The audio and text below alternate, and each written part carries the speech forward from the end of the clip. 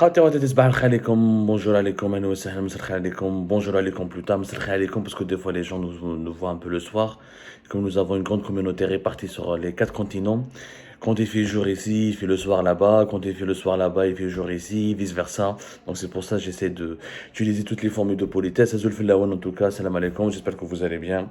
Nous sommes le 23 septembre 2022. Je vais vous parler d'un sujet très délicat personnellement, me met très en colère. Très en colère parce que nous avons cru que le Hirak allait aboutir à une nouvelle Algérie, qu'il allait permettre à une Algérie de se doter de véritables d'institutions où les pouvoirs étaient clairement définis, où il n'y aura plus de pouvoir occulte, de pouvoir anticonstitutionnel, où l'influence malsaine de certains fonctionnaires de l'État serait limitée, pas comme à l'époque d'Abdelaziz Bouteflika, on ne savait pas qui décidait, qui décide quoi plutôt, et on avait assisté à une privatisation des appareils de l'État.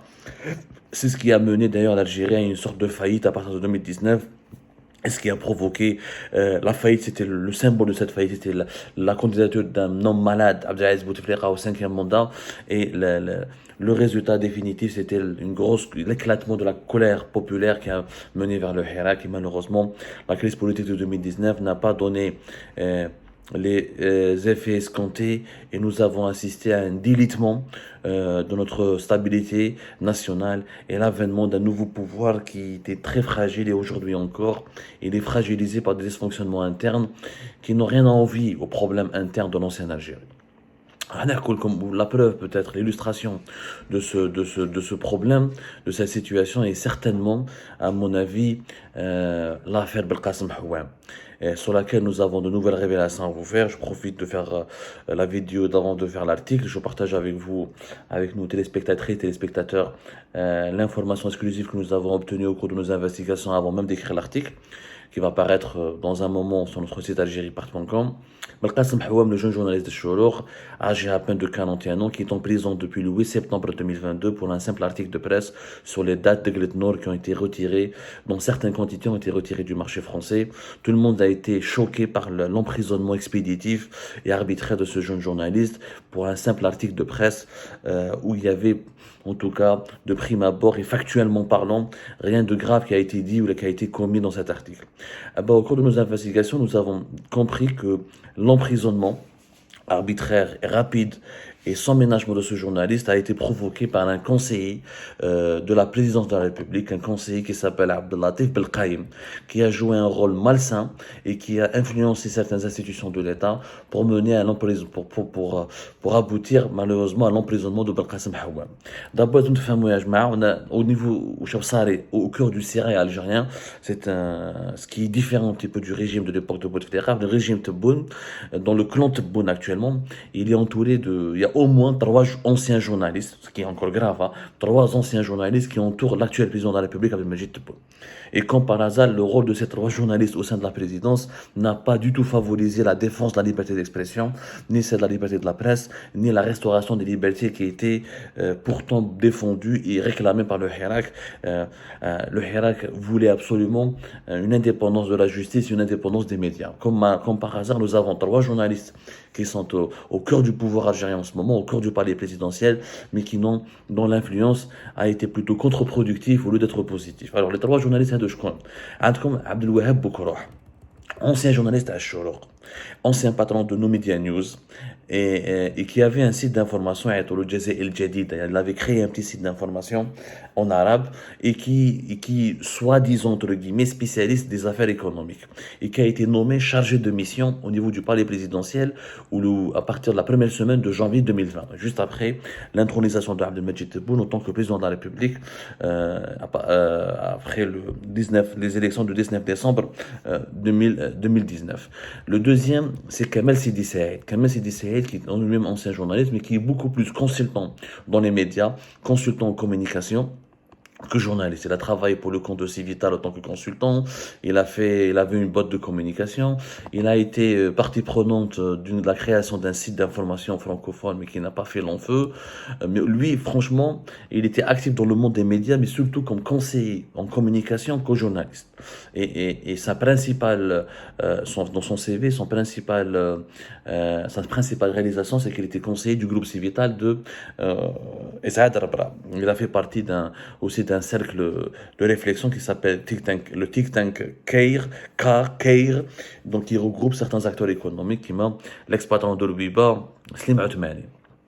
Le troisième journaliste qui fait partie du cercle proche du président Abdelmajid Tebboune, c'est Abdellatif Belkhaïm. Abdellatif Belkhaïm, qui est un ancien journaliste d'Al-Jazairiya, d'Algérie News, Mohamed El-Ayashi, et qui a travaillé longtemps pour Algérie News, avant de travailler pour Al-Jazairiya. Il a travaillé aussi pour le KPC, un journaliste arabophone. Les trois personnes font partie du cercle de Tebboune, et celui qui joue en ce moment un rôle malsain, et qui joue un rôle vraiment inquiétant, très inquiet, parce que les trois ont été nommés officiellement selon le décret du 26 décembre 2019. Ils ont été nommés le même jour autant que chargés de mission. Sauf que Kamal Sidi Saïd a été rattaché à la cellule de communication de la présidence de la République, et c'est lui qui fait office officiellement de directeur de communication du palais présidentiel d'Al-Mouradia. Abdellatif Belkhaïm et Abdelwahab Boukroh jouent un rôle troublant et malheureusement font beaucoup plus dans la manipulation que dans le travail au service de la présidence. Alors, surtout, Boukroh ne fait pas le rôle de chargé de mission. Des fois, il est à la cellule de communication, des fois, il a d'autres tâches qui sont totalement obscures. Reste Abdellatif Belkhaïm, il a encore des tâches encore plus obscures, parce qu'Abdellatif Belkhaïm, il a été en ce moment rattaché, il travaille depuis plusieurs mois, sous la coupe du secrétaire particulier du président de la République, Abdelmajid Tebboune. Abdelmajid Tebboune, comme à l'époque de Bouteflika, comme tous les chefs d'État du monde, il a un secrétaire particulier. Il y a Hamada Jamirouch. Hamada Jamirouch, c'est un ancien compagnon Abdelmajid Tebboune, l'un de ses plus fidèles collaborateurs, qui a déjà travaillé avec lui dans le cabinet du ministère de l'Habitat lorsque Abdelmajid Tebboune était ministre de l'Habitat de 2012 jusqu'à 2017. Donc il le connaît bien, il l'a pris avec lui à la présidence. Donc Abdelkhaïm Abdellatif, il redonne sous la coupe du secrétaire particulier. Et qu'est-ce qu'il fait? Il lui-même prend l'initiative de contacter des institutions de l'État, des services de sécurité, des ministères du gouvernement. À chaque fois, il s'impose comme étant le porte-parole attitré du secrétariat particulier de Tebboune. Il est toujours porteur d'une lettre, d'un message, ou je ne sais pas quoi, d'une missive, où là, il demande un dossier, il demande des informations au nom de la présidence de la République. Alors que lui, normalement, il était censé travailler dans la cellule de communication. Il avait travaillé au niveau du QG de la campagne électorale d'Abdelmajid Tebboune lors des élections présidentielles, lors de la campagne pour les élections présidentielles de décembre 2019. Mais en tant que journaliste, sa mission principale, ses compétences en tout cas, sont censées servir la campagne de communication, ou là les questions de communication qui relèvent de la présidence. Ou là un porte-parole déguisé. يعني pratiquement le porte-parole de la présidence. تلقاه في les tribunaux, تلقاه في les ministères, تلقاه في de la police, تلقاه des services secrets, toujours au nom de la présidence pour demander des dossiers, demander des éclaircissements. Point d'interrogation jusque maintenant. حكينا عليه, احنا درنا عليه une émission dernièrement, وحكينا عليه يا جماعة, comme la date de l'émission c'est laquelle on en a parlé, c'était récemment, c'était le 5 septembre 2022. Rappelez-vous, j'ai parlé d'Abdellatif Belkhaïm, le conseiller de Tebboune, qui abuse dangereusement de ses fonctions et qui exerce une influence malsaine sur certaines institutions de l'État au nom de la présidence. Revoyez cette émission. Le problème qui se pose, que nous avons découvert que Abdellatif Belkhaïm, c'est lui qui a malheureusement poussé directement et indirectement à l'emprisonnement de Belkacem Hawa. Dans l'article de Cholour, etc. Autant que Abdellatif Belkhaïm, il a fait un rapport, une note, dans laquelle il dénonce les méfaits de cet article, ou pire encore, Abdellatif Belkhaïm, parce qu'il a accès directement à Abdelmajid Tebboune via son secrétaire particulier Hamada Jamirouch, il le voit régulièrement.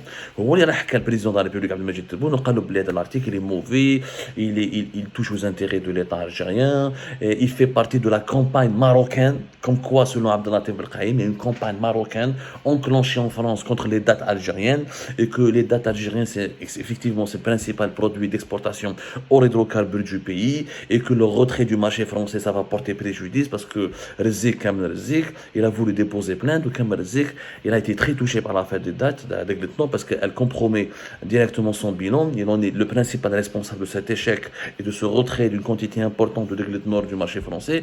Donc Kamel Rezik, il a voulu que des personnes de la présidence plaident pour sa cause parce que quand le président de Majid Tebboune nous avons perdu des intérêts économiques en France, ce qui représente quand même une certaine dizaine de millions de dollars et d'euros pour le pays au niveau des exportations hors hydrocarbures. Et vous savez que le dossier des exportations hors hydrocarbures représente le cheval de bataille important pour Tebboune et avec lequel Tebboune espère acquérir un deuxième mandat, briguer un deuxième mandat et démontrer qu'il a pu travailler ou obtenir une certaine diversification de l'économie algérienne.